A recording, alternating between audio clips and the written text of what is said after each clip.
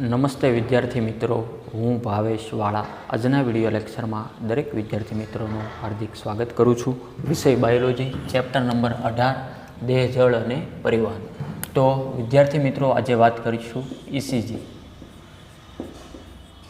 એટલે શું. ઇસીજી એટલે કે ઇલેક્ટ્રોનિક કાર્ડિયોગ્રામ.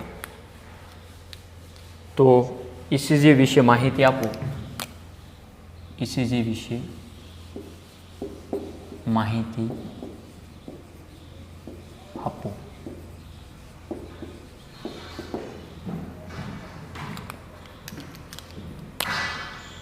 ઇસીજી એ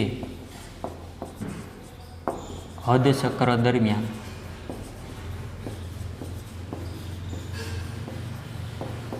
હૃદયની વિદ્યુત પ્રક્રિયાનું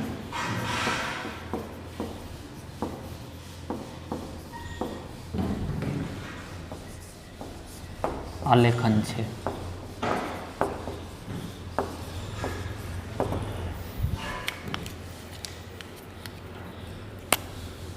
દર્દીને મશીન સાથેના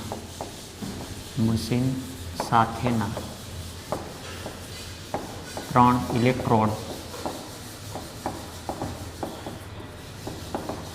સાથે જોડી હૃદયની ગતિવિધિનું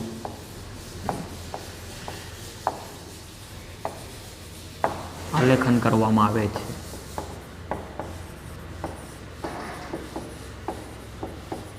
શું કહેવાય આ બધું જ, તો તે આપણે ડિટેલમાં જોઈશું. બરોબર. બીજો પોઈન્ટ, ઇસીજીનો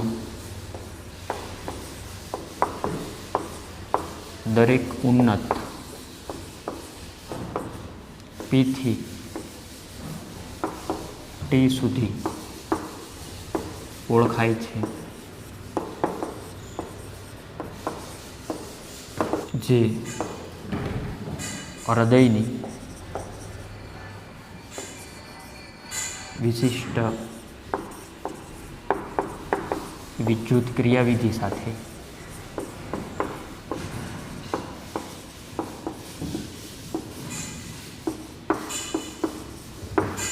સંકળાયેલ છે. આ બધું જ શું કહેવાય એ અત્યારે આપણને કાંઈ ખ્યાલ આવતો નથી. ઇસીજીનો દરેક ઉન્નત P થી T અક્ષરો સુધી આપણે રાખશું. P થી T અક્ષરો, આ શું કહેવાય આ બધું જ? તો સૌ પ્રથમ અહીંયા હું રચના નિર્માણ કરું તે શાંતિથી નિહાળો.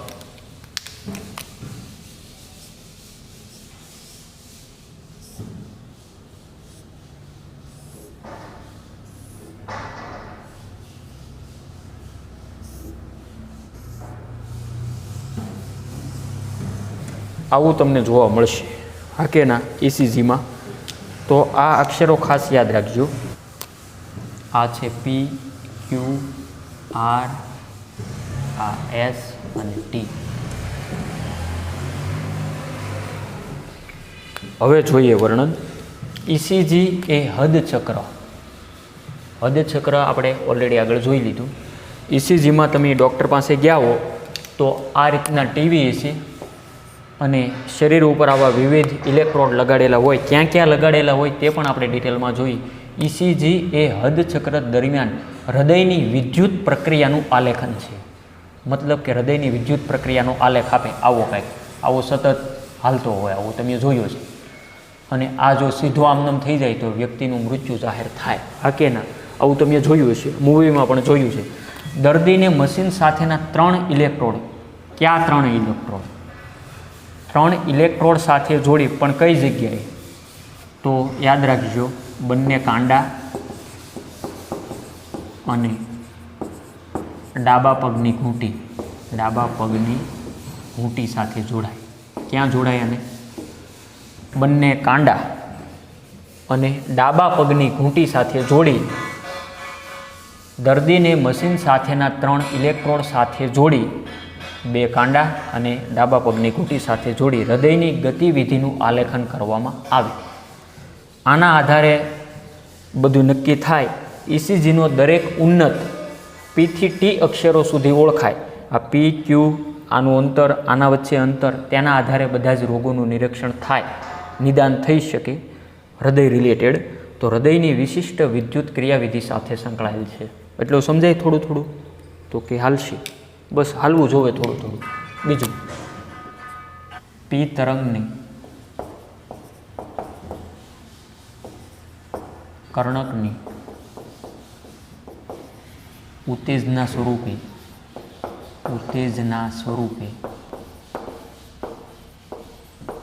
દર્શાવાય છે, જે બંને કર્ણકોનું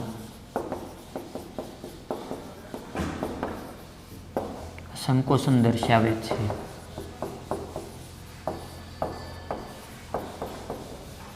હવે તમે આરામથી સમજી શકો કે પી તરંગ આકૃતિમાં જુઓ, આ શું દર્શાવે છે તો કે કર્ણકોનું સંકોચન અને શિથિલન. સમજો જ છો હવે તમે, દબાવવું એમ. પી તરંગને કર્ણકની ઉત્તેજના સ્વરૂપે દર્શાવાય, જે બંને કર્ણકોનું ડાબું કર્ણક અને જમણું કર્ણક બંનેનું સંકોચન દર્શાવે. ક્લિયર?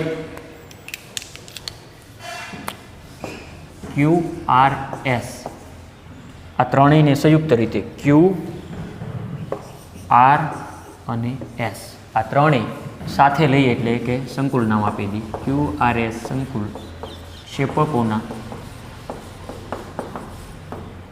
સંકોચનને રજૂ કરે છે. સંકોચન ક્યુ તરંગ બાદ તુરંત શરૂ થાય છે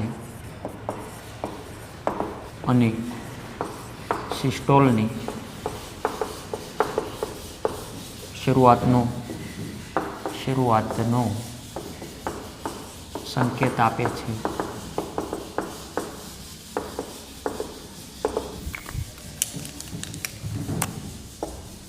તે તરંગ ક્ષેપકોને ઉત્તેજનામાંથી સામાન્ય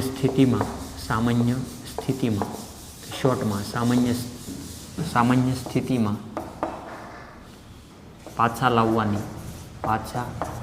લાવવાની સ્થિતિ દર્શાવે છે. તે તરંગનો અંત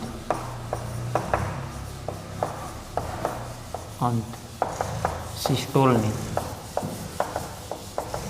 સમાપ્તિ દર્શાવે છે.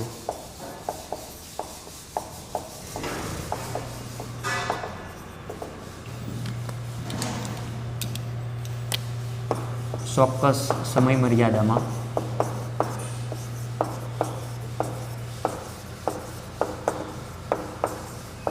QRS સંકુલોની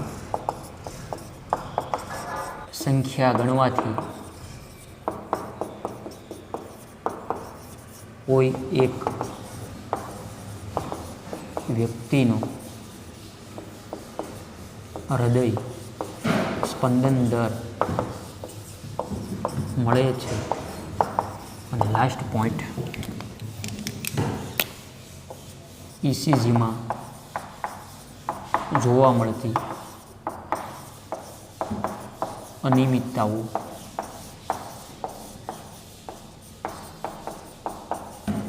હૃદયરોગ દર્શાવે છે. આ કારણે તેનું ચિકિત્સામાં મહત્વ છે. તો બહુ સહેલું છે. ECG બોલે તો ઇલેક્ટ્રોન કાર્ડિયોગ્રાફ. ચાલો રેડી. હવે એનું ફૂલ ફોર્મ પણ આપી દીધું. E એટલે કે ઇલેક્ટ્રોન, C એટલે કે કાર્ડિયો, અને જી એટલે કે ગ્રાફ. ક્લિયર? ઇસીજી એ હદચક્ર દરમિયાન હૃદયની વિદ્યુત પ્રક્રિયાનું આલેખન છે. દર્દીને મશીન સાથેના 3 ઇલેક્ટ્રોડ સાથે જોડી હૃદયની ગતિવિધિનું આલેખન કરવામાં આવે, પણ 3 બંને કાંડા અને ડાબા પગની ઘૂંટી. યાદ રહી ગયું? ઇસીજીનો દરેક ઉન્નત પીથી ટી અક્ષરો સુધી ઓળખાય, જે હૃદયની વિશિષ્ટ વિદ્યુત ક્રિયાવિધિ સાથે સંકળાયેલ છે. PQRST. તો હવે આપણે આ બધું ડિટેલમાં જોઈએ કે પી તરંગને કર્ણકની ઉત્તેજના સ્વરૂપે દર્શાવાય કે કર્ણક ઉત્તેજિત થાય, મતલબ કે તેનું સંકોચન, જ્યારે ક્ષેપકનું સંકોચન QRS, આ ત્રણેય QRS સંકુલ ક્ષેપકોના સંકોચનને રજૂ કરે છે. આ ત્રણેય શરૂઆતમાં જે દાખલા તરીકે સંકોચન થાય તો Q વધારે થાય એટલે R અને સૌથી ઓછું એટલે S. આ આકૃતિ ઉપરથી પણ, આ ગ્રાફ્સ ઉપરથી પણ ખ્યાલ આવે. એ જ વાત અહીંયા લખી કે સંકોચન Q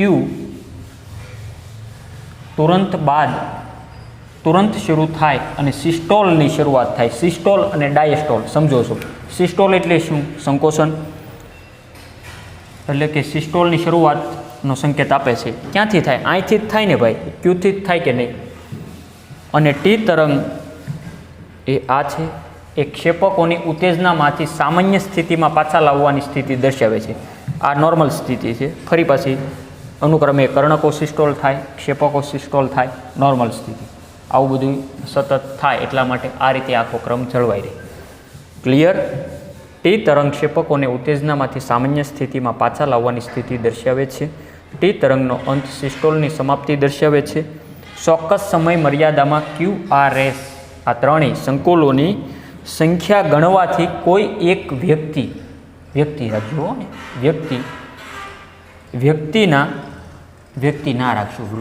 વ્યક્તિના હૃદય સ્પંદનનો દર મેળવી શકાય. શું મેળવી જાય? હૃદયના સ્પંદનનો દર મેળવી શકાય. ઇસીજીમાં જોવા મળતી અનિયમિતતાઓ, આવી જે કાંઈ અનિયમિતતા થઈ હોય, હવે દાખલા તરીકે આમ છું હોય ને પછી આમ વધુ હોય ને, આવું નિયમિત નથી એમ. ત્યારબાદ આવું આડેધડ આમ થયું ને ત્યારબાદ આવું થયું, આવો ગ્રાફ્સ આવે તો આ હૃદયમાં અનિયમિતતા દર્શાવે. જે ચિકિત્સામાં એટલે કે ડૉક્ટરી સારવારમાં તેનું મહત્ત્વ છે અને આના આધારે ખ્યાલ આવે હૃદયમાં શું સમસ્યા છે અને તો તેની સારવાર થઈ શકે. ક્લિયર?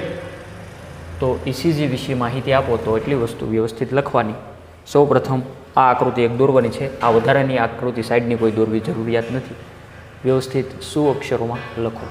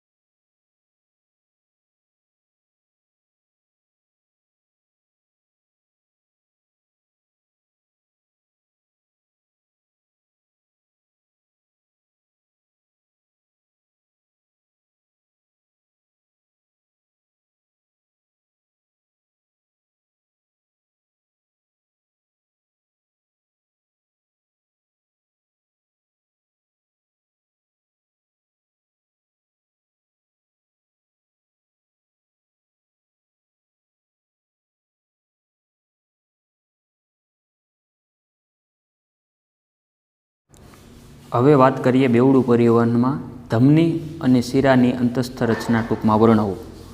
તો ધમની અને શિરાની રચના વિદ્યાર્થી મિત્રો, હમણાં હું તમને એક સ્લાઇડ આપીશ હમણાં, તો આપણે ત્યારે તેમાં જોઈશું. ધમની અને શિરા દેખાવમાં એક સરખી જ લાગે, તો તે તમને ખ્યાલ છે કે શિરા છે જે અશુદ્ધ રુધિર વિવિધ ભાગોમાંથી હૃદય તરફ લાવે, જ્યારે ધમની છે એ હૃદયમાંથી શરીરના વિવિધ ભાગો તરફ શુદ્ધ રુધિરનું વહન કરે. ક્લિયર? તો જોઈએ વર્ણન. રુધિર વાહિનીઓના ચોક્કસ માર્ગ દ્વારા વહન પામે છે, એટલે કે ધમનીઓ અને શિરાઓમાં. ધમની અને શિરાની અંતસ્થ રચનામાં 3 આવરણો જોવા મળે. ક્યાં ક્યાં? તો કે અનુક્રમે નંબર 1 લાદીસમ અધિચ્છદ, બીજું છે મધ્યસ્તર અને ત્રીજું છે બાહ્ય સ્તર. તો લાદીસમ અંતઃસદની અંદર લાદીસમ પેશી ધરાવે, ઓલરેડી આપણે આવું શીખી ગયા આગળ જે પેશીની અંદર. મધ્યસ્તર સરળ સ્નાયુ અને સ્થિતિસ્થાપક તંતુઓ ધરાવે. બાહ્ય સ્તર કોલેજન તંતુઓ યુક્ત સંયોજક પેશીઓનું બાહ્ય સ્તર છે. પણ નોંધ ખાસ યાદ રાખવાની છે, શિરાઓમાં મધ્ય સ્તર તુલનાત્મક રીતે પાતળું હોય છે. ક્લિયર? તો ધમની અને શિરાની અંતસ્થ રચનાઓ 3 આવરણોમાં જોવા મળે: લાદીસમ, અંતઃસદ, મધ્યસ્તર અને બાહ્ય સ્તર. ક્લિયર? હવે જોઈએ બેવડું પરિવહન.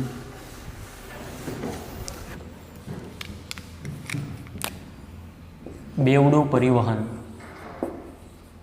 બેવડું પરિવહન કોને કહે છે?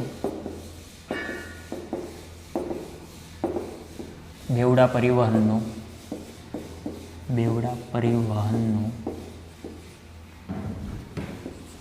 માર્ગ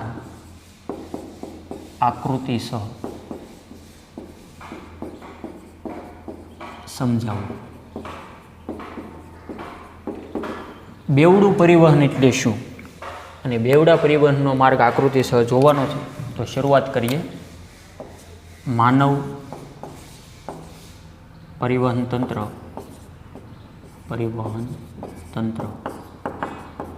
હૃદય અને વિવિધ પ્રકારની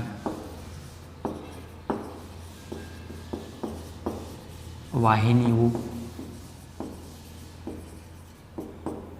એટલે કે ધમનીઓ, શિરાઓ અને કેશિકાઓના જાળાથી બને છે. આ લીટી જોઈને ગભરાઈ ન જતા હો. માનવનું પરિવહન તંત્ર શેનું બનેલું છે? હૃદય અને વિવિધ પ્રકારની વાહિનીઓ. તો કે સાહેબ રુધિર વાહિની આવે, લસિકા વાહિની આવે, મૂત્ર વાહિની આવે, મૂત્ર જનન વાહિની આવે, વિવિધ પ્રકારની વાહિની હોય. એટલા માટે જ વાહિની લખ્યું. ધમનીઓ શુદ્ધ રુધિરનું વહન કરે, શિરાઓ અશુદ્ધ રુધિરનું વહન કરે. હાવ વાળ જેવી પાતળી વાહિનીઓ હોય તેની રુધિર કેશિકાઓ કહેવાય. રેડી? અને ઝાડ સ્વરૂપે હોય કે ઝાડાઓ રુધિર. આ બધું જ યાદ રાખવું. માનવ પરિવહન તંત્ર હૃદય છે અને વિવિધ પ્રકારની વાહિનીઓ, ધમનીઓ, શિરાઓ અને કેશિકાઓના ઝાડાથી બને. આવું સમજાય? તો કે સમજાય. બીજો પોઈન્ટ, માનવ પરિવહનમાં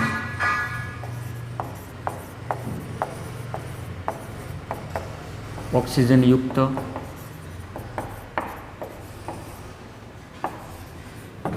અને ઓટોવિહીન રુધિરનું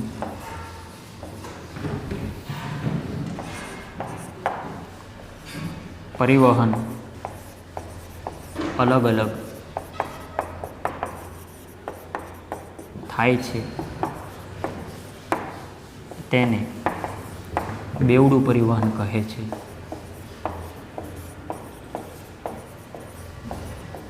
તો આ થઈ વ્યાખ્યા. બેવડું ઉત્તરાયણ આવે છે નજીક, તો તેમાં ઘણાને બેવડા કરવાનો શોખ હોય, દોરાનો. તો અહીંયા શા માટે આવું લખ્યું? માનવ પરિવહનમાં ઓક્સિજનયુક્ત એટલે કે ઓટોયુક્ત અને ઓટોવિહીન, ઓક્સિજન વિહીન રુધિર, આ બંનેનું પરિવહન અલગ અલગ રીતે થાય, ભેગું નથી થતું, મિશ્ર રીતે નથી થતું. એટલા માટે વિદ્યાર્થી મિત્રો બેવડું પરિવહન કહેવાય. લ્યો ને, જો મિશ્ર થતું હોત તો એક વડું. આવડે કે ન આવડે? આવડે જ તે. જમણા કર્ણક દ્વારા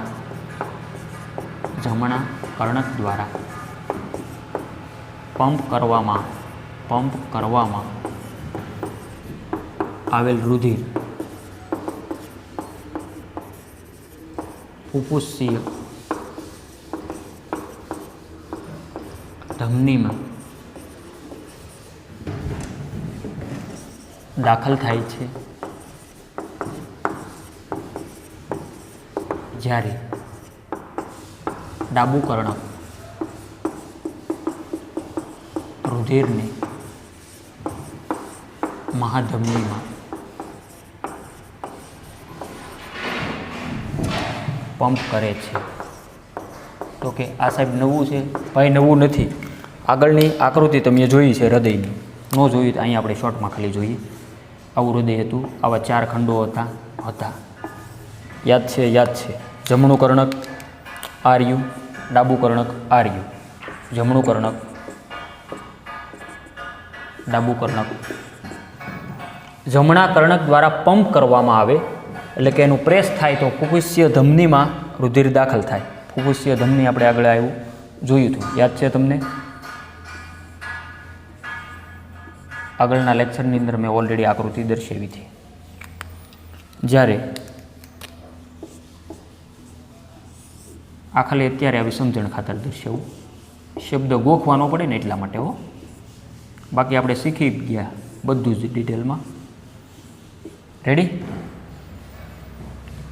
જમણા કર્ણક દ્વારા પંપ કરવામાં આવેલ રુધિરને ફુફુસ્ય ધમનીમાં દાખલ કરવામાં આવે છે. આ રેડ શેમાં જાય? ફેફસામાં. શુદ્ધ થઈને ક્યાં આવશે? ડાબા કર્ણકની અંદર. જ્યારે ડાબુ કર્ણકમાં રુધિર એટલે શુદ્ધ રુધિર અહીંયા આવે ને અહીંથી આવે, મતલબ ડાબા કર્ણકમાંથી ડાબા ક્ષેપકમાં આવે ને ત્યારબાદ એનું સિસ્ટોલ થાય અને શરીરના વિવિધ ભાગોમાં મહાધમની દ્વારા એનું વહન થાય. આ કે ના? એટલે કે એ દ્વારા પંપ કરવામાં આવે. એટલું સમજાય? તો કે સમજાય. આ પરિવહન માર્ગની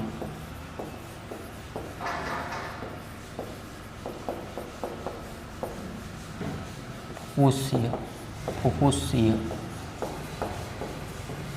પરિવહન માર્ગ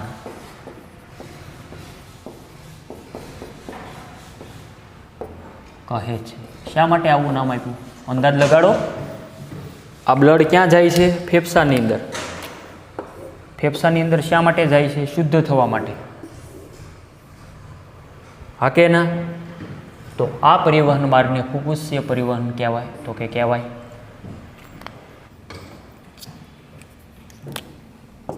ઉટુયુક્ત રુધિર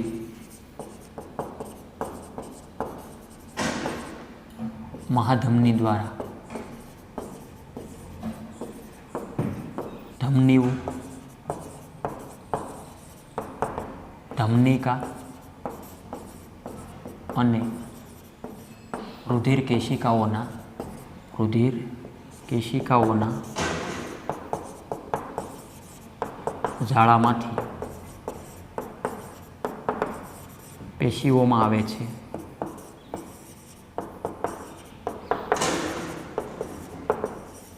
ત્યાંથી ઓટુવિહીન રુધિર સિરિકાઓ, શિરાઓ અને મહાશિરાઓના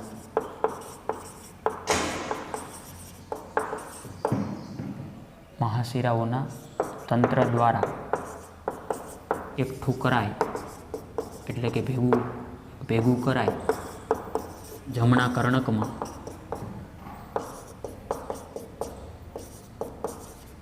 ઠલવાય છે.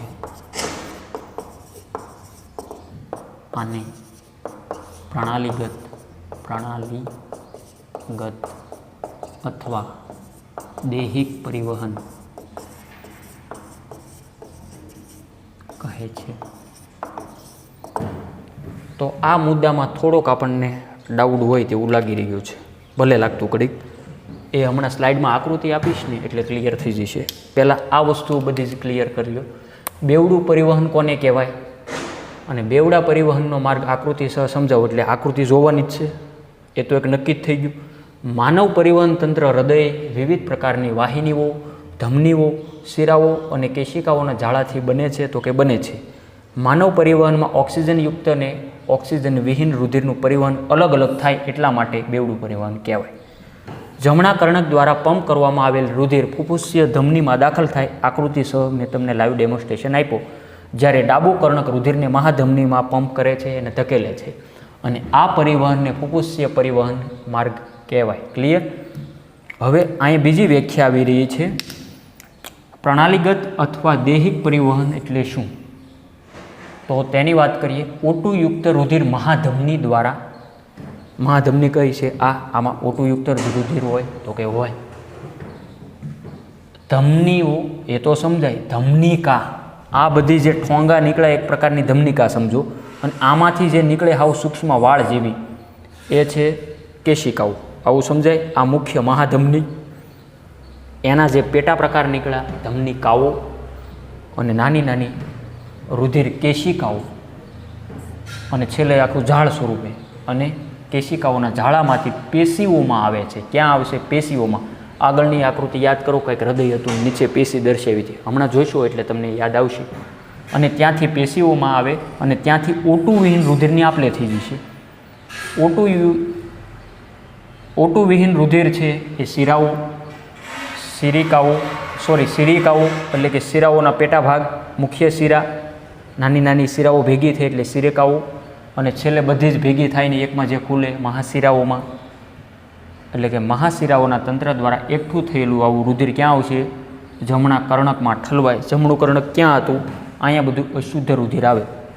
હાવ શોર્ટમાં કહું, આ છે ને આ રેડ એ શુદ્ધ રુધિર લઈ જાય અને શરીરના વિવિધ ભાગોને આપે, અને શરીરના વિવિધ ભાગોમાંથી અશુદ્ધ રુધિર આવશે. ક્યાં આવશે?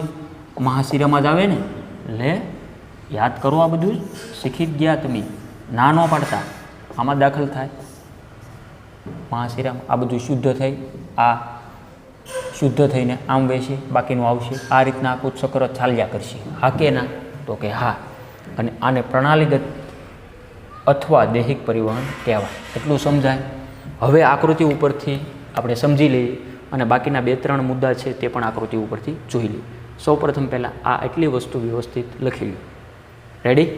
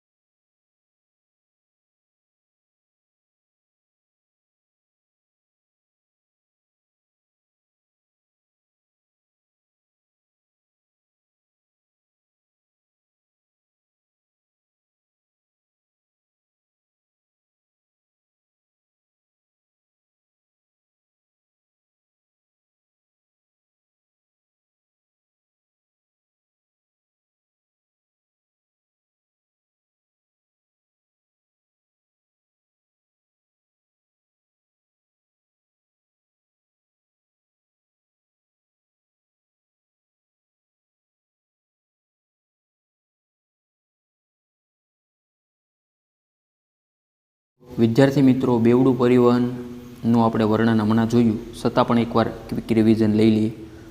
માનવ પરિવહન તંત્ર હૃદય અને વિવિધ પ્રકારની વાહિનીઓ, ધમની, શિરાઓ અને કેશિકાઓના જાળાથી બને છે. માનવ પરિવહનમાં ઓક્સિજનયુક્ત અને O2 વિહીન રુધિરનું અલગ અલગ રીતે પરિવહન થાય તો તેને બેવડું પરિવહન કહે છે. જમણા કર્ણક દ્વારા પંપ કરવામાં આવેલ રુધિર ફુફુસ્ય ધમનીમાં દાખલ થાય, જ્યારે ડાબું કર્ણક રુધિરને મહાધમનીમાં પંપ કરે છે. O2 વિહીન રુધિર ફુફુસ્ય ધમનીમાંથી ફેફસામાં આવે છે, જ્યાં O2 યુક્ત રુધિર ફુફુસ્ય શિરા દ્વારા ડાબા કર્ણકમાં આવે છે. આ પરિવહન માર્ગને ફુફુસ્ય પરિવહન કહે છે. O2 યુક્ત રુધિર મહાધમની દ્વારા ધમનીઓ, ધમનિકા અને રુધિર કેશિકાઓના જાળામાંથી પેશીઓમાં આવે છે, અને ત્યાંથી O2 વિહીન રુધિર કેશિકાઓ, શિરાઓ અને મહાશિરાઓના તંત્ર દ્વારા એકઠું કરાય જમણા કર્ણકમાં ઠલવાય. અને આને પ્રણાલીગત રીતે, જો કે આને પ્રણાલીગત અથવા દૈહિક પરિવહન કહેવાય. ક્લિયર? બાકીના 3 મુદ્દા આપણે જોવાના હતા ઓલરેડી, કે આ પ્રણાલીગત પરિવહન પોષક ઘટકો O2 અને અન્ય જરૂરી પદાર્થો પેશીઓ સુધી પહોંચાડે છે, અને ત્યાંથી CO2 અને અન્ય હાનિકારક પદાર્થો દૂર કરે છે. એક વિશિષ્ટ સમવાહિની જોડાણ પાચન માર્ગ અને યકૃત વચ્ચે જોવા મળે છે. તેને યકૃત નિવાહિકા તંત્ર કહે છે. યકૃત નિવાહિકા શિરા રુધિરને પ્રણાલીગત પરિવહનમાં પ્રવેશતા પહેલાં આંતરડામાંથી યકૃતમાં લાવે છે. આપણા શરીરમાં એક વિશિષ્ટ હદ રુધિર વાહિની તંત્ર આવેલું છે, જે ફક્ત રુધિરને હદ સ્નાયુ પેશીઓમાં લઈ જાય અને પાછું લાવે છે. તો હવે વિદ્યાર્થી મિત્રો આપણે આકૃતિ જોઈએ અને સારી રીતે સમજવાનો પ્રયત્ન કરીએ. તો સૌપ્રથમ વિદ્યાર્થી મિત્રો આકૃતિ તમે જોઈ શકો સ્લાઇડમાં. માનવ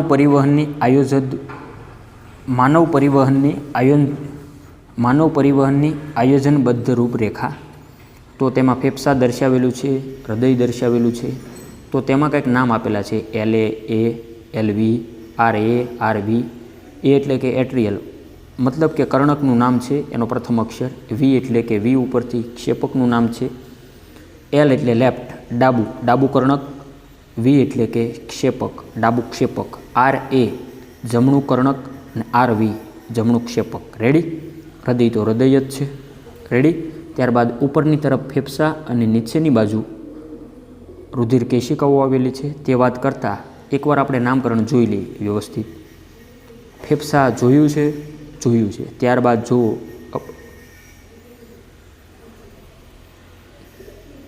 જુઓ તમે કે ફુફુસ્સીય શિરા હૃદયમાં ખુલશે, ત્યાંથી પૃષ્ઠ મહાધમનીમાં, એટલે કે પૃષ્ઠ મહાધમની છે એ શરીરના વિવિધ ભાગોમાં શુદ્ધ રુધિર લઈ જાય. રેડી? અને અશુદ્ધ રુધિર બ્લુ રંગથી દર્શાવ્યું છે, જે મહાશિરાઓમાં અને ઉપરથી ફેફસામાંથી જોઈએ તો હૃદયમાંથી ફુફુસ્સીય ધમની દ્વારા ફેફસામાં જાય. ક્લિયર? આ રચના આપણે ઓલરેડી આગળ પણ સમજી ગયા હતા. મેં તમને ત્યારે પણ વાત કરી હતી એમ કે રુધિર કેશિકાઓ કેવી હોય, નીચે જુઓ આકૃતિ ગોળછકડું જેવું કંઈક આપ્યું છે આડું, તે. ક્લિયર? હવે શિરા અને ધમનીની રચના પણ સાઈડમાં બંને સાઈડ આપેલી છે. એક સાઈડ શિરા છે, તો સૌ પ્રથમ શિરાની રચના જુઓ. તો તેમાં ગૃહા છે એટલે કે પોલાણ, તો ત્યાંથી અશુદ્ધ રુધિરનું વહન થાય અને ગૃહાની ફરતે સરળ સ્નાયુ ગોઠવાયેલા છે, તે સ્પષ્ટ જોઈ શકો. જ્યારે ધમનીમાં ગૃહા છે અને તેની ફરતે પણ સરળ સ્નાયુ છે. અને હમણાં આપણે નોંધમાં જોયું હતું એમ શિરા જોઈએ એટલી જાડાઈ નથી ધરાવતી, જ્યારે ધમની છે એ શિરાની સાપેક્ષે જાડી છે. ક્લિયર? તો એકવાર આકૃતિ શાંતિથી જોઈ લો અને યાદ રાખવાનો પ્રયત્ન કરો. બરાબર? LA ડાબું કર્ણક, LV ડાબું ક્ષેપક, RA જમણું કર્ણક, RV જમણું ક્ષેપક. હૃદયના પાર્ટ્સ. સૌ પ્રથમ અશુદ્ધ રુધિર શરીરના વિવિધ ભાગોમાંથી ક્યાં આવશે? મહાશિરામાંથી ફુફુસ્સીય ધમનીમાં ફેફસામાં જાય શુદ્ધ થવા માટે. એ શુદ્ધ થઈને ફુફુસ્સીય શિરા મારફતે ક્યાં આવશે? બોલો. ડાબા કર્ણકમાં, ત્યાંથી ડાબા ક્ષેપકમાં, ત્યાંથી એનું પંપ થઈ અને પૃષ્ઠ મહાધમનીમાં થઈ અને શરીરના વિવિધ ભાગોમાં આવું શુદ્ધ રુધિર જાય અને ફરી પાછું અશુદ્ધ રુધિર એટલે કે O2 અને CO2ની આપલે જે કોષીઓ વચ્ચે થાય, એટલે કે O2 અને CO2ની આપલે જે પેશીના કોષો વચ્ચે થાય, આવું પણ આપણે આગળ શીખી ગયા. ક્લિયર? તો હવે વિદ્યાર્થી મિત્રો નેક્સ્ટ વિડીયો લેક્ચરની અંદર અધિક્રિયાઓનું નિયમન અને તો વિદ્યાર્થી મિત્રો આજનો વિડીયો લેક્ચર એટલે સુધી રાખીએ. નેક્સ્ટ વિડીયો લેક્ચરમાં અધિક્રિયાઓનું નિયમન છે. બીજું કે પરિવહન તંત્રની અનિયમિતતાથી થતા રોગો છે કેટલાક. રેડી? એમાં ખાસ કરીને એન્ઝાઇમા છે, હૃદયનું નિષ્ફળ જવું, તો એક લેક્ચરનું કામ છે, એ નેક્સ્ટ વિડીયોમાં જોઈશું. તો વિદ્યાર્થી મિત્રો આજનો વિડીયો લેક્ચર એટલે સુધી રાખીએ.